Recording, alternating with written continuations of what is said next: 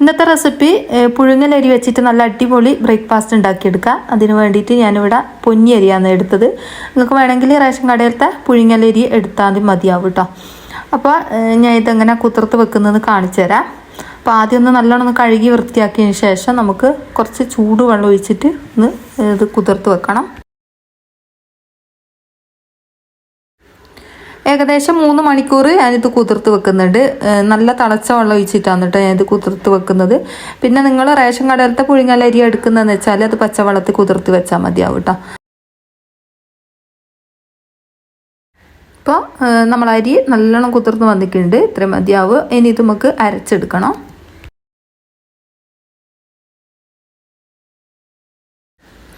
അപ്പോൾ നിങ്ങൾ വലിയ ചാറ എടുക്കുന്നതെന്ന് വെച്ചാൽ മുഴുവനായിട്ട് ഇട്ട് കൊടുക്കുക. ചെറിയ ചാറ എടുക്കുന്നതെന്ന് വെച്ചാൽ 2 പ്രാവശ്യം ആക്കിയിട്ട് അടിച്ചെടുത്താൽ മതിയാവും കേട്ടോ. ഇനി ഇത് മുങ്ങി നിൽക്കാനുള്ള പാകത്തിന് നമുക്ക് വെള്ളം ഒഴിച്ചു കൊടുക്കാം.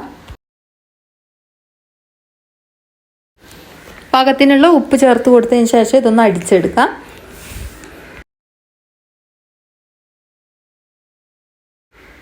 നമ്മളിവിടെ അടിച്ചെടുത്തിട്ടുണ്ട്. ഇതേപോലെയാണ് നമുക്ക് കിട്ടേണ്ടത് കേട്ടോ. നല്ല പേസ്റ്റ് പോലെ അരയേണ്ട ആവശ്യമില്ല. അവിടെ ഇവിടെ ഒന്ന് ചെറുങ്ങനെ ഒരു തരി നിന്നോട്ടെ, കുഴപ്പമൊന്നുമില്ല. അപ്പോൾ ഇത് ഒരു പാത്രത്തിലേക്ക് ഞാൻ മാറ്റി കൊടുക്കുന്നുണ്ട്. ഇനി ഇതിലേക്ക് ഞാൻ പൊടി ചേർത്ത് കൊടുക്കുന്നുണ്ട്. പൊടി ചേർത്ത് കൊടുത്തതിന് ശേഷം നമുക്കിതൊന്ന് കുഴച്ചെടുക്കാം. ഇതിലേക്ക് പത്തിരിപ്പൊടിയാണ് കേട്ടോ ചേർത്ത് കൊടുത്തത്. ഇതേപോലെ നല്ലോണം ഒന്ന് കുഴച്ച് കൊടുക്കുക. കുറച്ചും കൂടി വെള്ളം വേണമെങ്കിൽ നമുക്ക് ഇതിലേക്ക് ഒഴിച്ചു കൊടുക്കുക. ആ ഒരു ജാറ് കഴുകിയ വെള്ളം തന്നെയാണ് ഞാൻ ഇതിലേക്ക് ഒഴിച്ചു കൊടുക്കുന്നത്. അതും കൂടി ഒഴിച്ചു കൊടുത്തതിന് ശേഷം നമുക്ക് ഇത് നല്ലോണം ഒന്ന് കുഴച്ച് കൊടുക്കുക. പിന്നെ നമ്മൾ ഇതിൽ ചേർത്തത് മൂടരിൻ്റെ പൊടിയാണ് കേട്ടോ. മൂടരിൻ്റെ പൊടി എന്ന് വെച്ചാൽ പുഴുങ്ങലരിൻ്റെ പൊടിയാണ് കേട്ടോ ഇതിലേക്ക് ചേർത്ത് കൊടുത്തത്. നിങ്ങളെ കയ്യിൽ ഇടിയപ്പത്തിൻ്റെ പൊടിയാണുള്ളതെന്ന് വെച്ചാൽ അത് ചേർത്ത് കൊടുത്താൽ മതിയാവും. ഈ ഒരു പരുവത്തിലാണ് നമുക്ക് കിട്ടേണ്ടത് കേട്ടോ. അപ്പോൾ ഇതാ നല്ലോണം ടൈറ്റായിട്ട് കുഴക്കേണ്ട ആവശ്യമില്ല. കുറച്ചൊരു ലൂസാക്കിയിട്ടാണ് നമ്മൾ കുഴച്ചെടുത്തത്. ഈ ഒരു പരുവത്തിന് മതിയാവും കേട്ടോ. ഇനി ഇത് നമുക്കൊരു സൈഡിലേക്ക് മാറ്റി വെക്കാം. ഇനി ഒരു കുക്കറിലേക്ക് നമുക്ക് ബീഫ് ഇട്ട് കൊടുക്കാം. ഇത് 1 കിലോ ബീഫ് ഉണ്ട് കേട്ടോ. ഇതിലേക്ക് 3 തക്കാളി ചേർത്ത് കൊടുത്തിട്ടുണ്ട്. പിന്നെ ഞാൻ ഇതിലേക്ക് ഇഞ്ചി, വെളുത്തുള്ളി, അതുപോലെ തന്നെ പച്ചമുളക്, അതുപോലെ തന്നെ പെരിഞ്ചീരകം കേട്ടോ. 1 ടീസ്പൂൺ പെരിഞ്ചീരകവും അതുപോലെ തന്നെ ചുവന്നുള്ളിയില്ലേ, അത് ഒരു 5-6 അല്ലി ചുവന്നുള്ളി കൂടി ചതുക്കിയതാണ് കേട്ടോ. ഇതേപോലെ അതും ഇതിലേക്ക് ഇട്ട് കൊടുത്തിട്ടുണ്ട്. ഇതിലേക്ക് പാകത്തിനുള്ള വെള്ളം ചേർത്ത് കൊടുക്കുക. ആ ഒരു ജാറ് കഴുകിയ വെള്ളം തന്നെയാണ് ഇതിലേക്ക് ചേർത്ത് കൊടുക്കുന്നത്. പിന്നെ ഇതിലേക്ക് നമ്മൾ കുറേ വെള്ളം ഒഴിക്കാൻ പാടില്ല കേട്ടോ. പിന്നെ ഞാൻ മസാലപ്പൊടികൾ ചേർത്ത് കൊടുത്തിട്ടുണ്ട്. 1 ടേബിൾ സ്പൂണ് മല്ലിപ്പൊടി ചേർത്ത് കൊടുത്തിട്ടുണ്ട്. അതുപോലെ തന്നെ മുളക് പൊടി, മഞ്ഞൾപ്പൊടി കേട്ടോ. ഒരു ടീസ്പൂണ് മുളക് പൊടി, അതുപോലെ തന്നെ 1/2 ടീസ്പൂൺ അളവിൽ മഞ്ഞൾപ്പൊടി ചേർത്ത് കൊടുത്തിട്ടുണ്ട്. എന്നിട്ട് എല്ലാം കൂടി കൈ കൊണ്ട് ഇതേപോലെ ഒന്ന് മിക്സ് ആക്കിയിട്ട് ഇട്ട് കൊടുക്കാം. നമ്മൾ സ്പൂണ് വെച്ചിട്ട് മിക്സ് ആക്കരുത് കേട്ടോ. കൈ കൊണ്ട് തന്നെ ഇതേപോലെ നല്ലോണം ഒന്ന് ഞെരടി കൊടുത്താൽ മതിയാവും. നല്ലോണം ഞെരടണ്ട, ആ ഒരു മസാല എല്ലാ ഭാഗത്തും എത്തുന്നത് വരെ ഇതേപോലെ ഒന്ന് കുഴച്ച് കൊടുത്താൽ മതിയാവും. പാകത്തിനുള്ള ഉപ്പും കൂടി ഞാൻ ഇതിലേക്ക് ചേർത്ത് കൊടുത്തിനു കേട്ടോ. ഇനി ഇതൊന്ന് നമുക്കൊന്ന് വിസിലടുപ്പിച്ചെടുക്കാം. ഒന്ന് വേകുന്നത് വരെ ഒന്ന് വിസിലടുപ്പിച്ചെടുക്കാം. ഒരു 3-4 വിസിലിന് ഇത് വെന്ത് കിട്ടും കേട്ടോ. അപ്പോൾ അധികം മൂത്ത ഇറച്ചിയല്ല, അതിനും പെട്ടെന്ന് തന്നെ വെന്ത് കിട്ടീനു കേട്ടോ. അപ്പോൾ ഇതാ ഒരു പാനിലേക്ക് ഞാൻ കുറച്ച് വെളിച്ചെണ്ണ ഒഴിച്ച് കൊടുത്തിട്ടുണ്ട്. അതിലേക്ക് നമുക്ക് പട്ട, ഗ്രാമ്പു, ഏലക്ക ചേർത്ത് കൊടുക്കാം. 1 ഗ്രാമ്പു ചേർത്ത് കൊടുത്തിട്ടുണ്ട്. പിന്നെ ചെറിയ കഷ്ണം പട്ടാണ്. പിന്നെ 1 ഏലക്ക കൂടി ചേർത്ത് കൊടുത്തിട്ടുണ്ട് കേട്ടോ. കൂടുതലാവാൻ പാടില്ല കേട്ടോ. ഇനി ഇതിലേക്ക് ഞാൻ തേങ്ങ കൊത്താണ് ചേർത്ത് കൊടുക്കുന്നത്. അതും കൂടി ചേർത്ത് കൊടുത്തതിന് ശേഷം നമുക്കിതൊന്ന് നല്ലോണം ഒന്ന് വഴറ്റി കൊടുക്കുക. അതൊന്ന് കുറച്ചൊന്ന് മൂത്ത് വന്നോട്ടെ. ആ ഒരു സമയത്ത് തന്നെ നമുക്കിതിലേക്ക് വലിയുള്ളി ചേർത്ത് കൊടുക്കാം. ഞാനിവിടെ 3 വലിയുള്ളി ചേർത്ത് കൊടുക്കുന്നുണ്ട്. എന്നിട്ട് ഇത് നല്ലോണം ഒന്ന് വഴറ്റിയെടുക്കുക. ഇതിൻ്റെ കളറൊന്ന് മാറി വരുന്നത് വരെ ഒന്ന് വഴറ്റിയെടുക്കുക കേട്ടോ.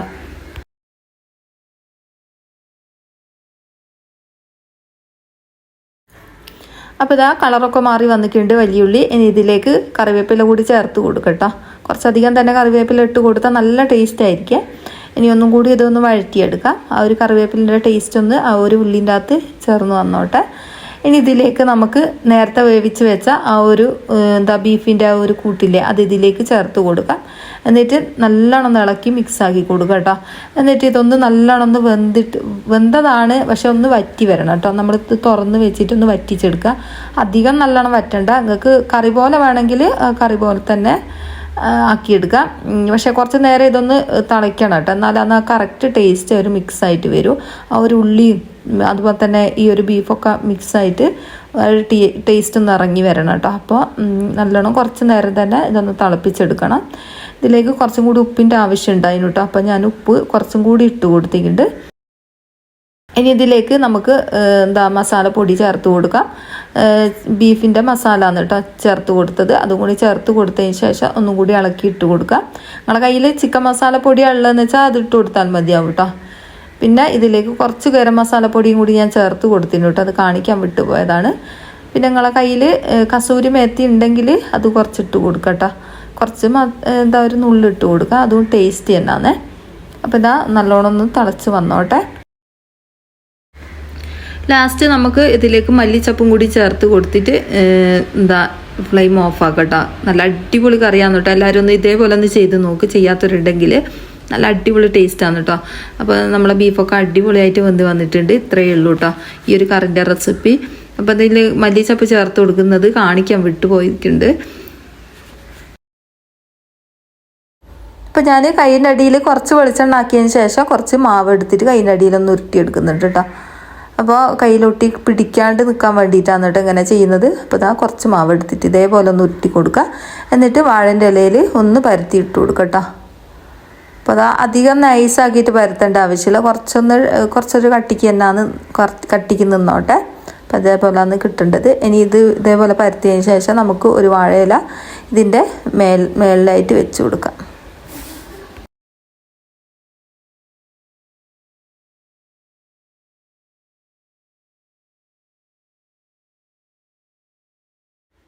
അപ്പോൾ 3 ഞാൻ ഇതേപോലെ ആക്കി എടുത്തിട്ടുണ്ട്. അപ്പോൾ ഈസി എന്നിട്ട് ഇത് ചെയ്തെടുക്കാൻ വേണ്ടിയിട്ട്. അപ്പോൾ ഇതാ ഇതിൻ്റെ മുകളിലായിട്ട് നമുക്ക് വാഴയില വെച്ച് കൊടുക്കാം. ഇപ്പോൾ ചൂടായ കല്ലിലേക്ക് ഞാൻ ഇട്ട് കൊടുത്തിട്ടുണ്ട്. അപ്പോൾ 3 ഇതേപോലെ ഇട്ട് കൊടുക്കാം. കല്ല് നല്ല ചൂടായി കിടക്കുന്നുണ്ട് കേട്ടോ. എന്നിട്ട് വേവിച്ചെടുക്കുക. തിരിച്ചും മറിച്ചിട്ടിട്ട് വേവിച്ചെടുക്കുക കേട്ടോ.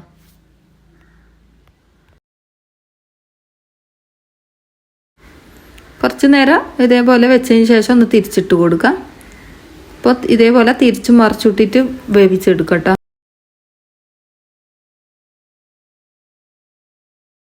ഇപ്പം 4 പത്തിരി നമ്മൾ ഇതിലേക്ക് ഇട്ട് കൊടുത്തിട്ടുണ്ട്.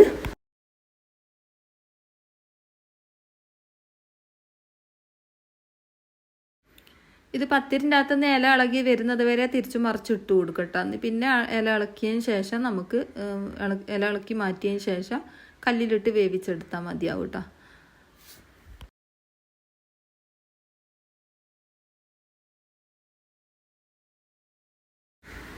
ഓരോന്നും വേവുന്നതിനനുസരിച്ച് നമുക്ക് ഇതേപോലെ ഇട്ട് കൊടുത്താൽ മതി കേട്ടോ. അതാ കണ്ടിട്ട് ഞാൻ ഇല എടുത്ത് മാറ്റിയിട്ടുണ്ട്. ഇനി ഇതേപോലെ തിരിച്ചു മറിച്ചിട്ടിട്ട് വേവിച്ചെടുക്കുക. നമ്മൾ സാധാ റൊട്ടി ചുടുന്നില്ല, അതേപോലെ തിരിച്ചു മറിച്ചിട്ടിട്ട് വേവിച്ചെടുക്കുക കേട്ടോ. നല്ലോണം പൊങ്ങി വരും ഇട്ടത്.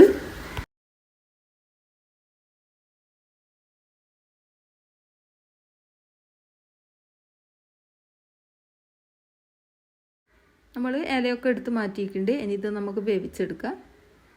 നല്ലോണം പൊങ്ങി വന്നാൽ നമുക്ക് ഉരുട്ടിയെടുക്കാം കേട്ടോ. നമ്മുടെ ടയർ പത്തിരി ഇല്ലേ അതുപോലെ തന്നെ ഉരുട്ടിയെടുക്കാം. ടയർ പത്തിരി തന്നെയാണ്, പക്ഷെ നമ്മൾ മൺകല്ല് മേലാണ് അധികവും ടയർ പത്തിരി ചുടൽ.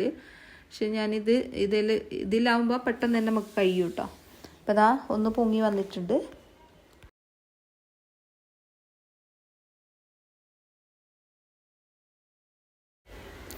ഈ ഒരു 2 പത്തിരി പൊങ്ങി വന്നിട്ടുണ്ട് കേട്ടോ.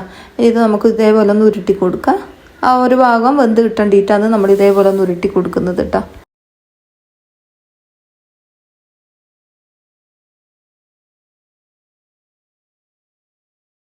അപ്പോൾ ഇതേപോലെ കൈവെക്കാണ്ട് തിരിച്ചു മറിച്ചിട്ട് കൊടുക്കണം കേട്ടോ. എന്നാലാണ് കറക്റ്റായിട്ട് കിട്ടുക, അല്ലെങ്കിൽ കല്ല് പോലെ ആയി പോകും കേട്ടോ പത്തിരി.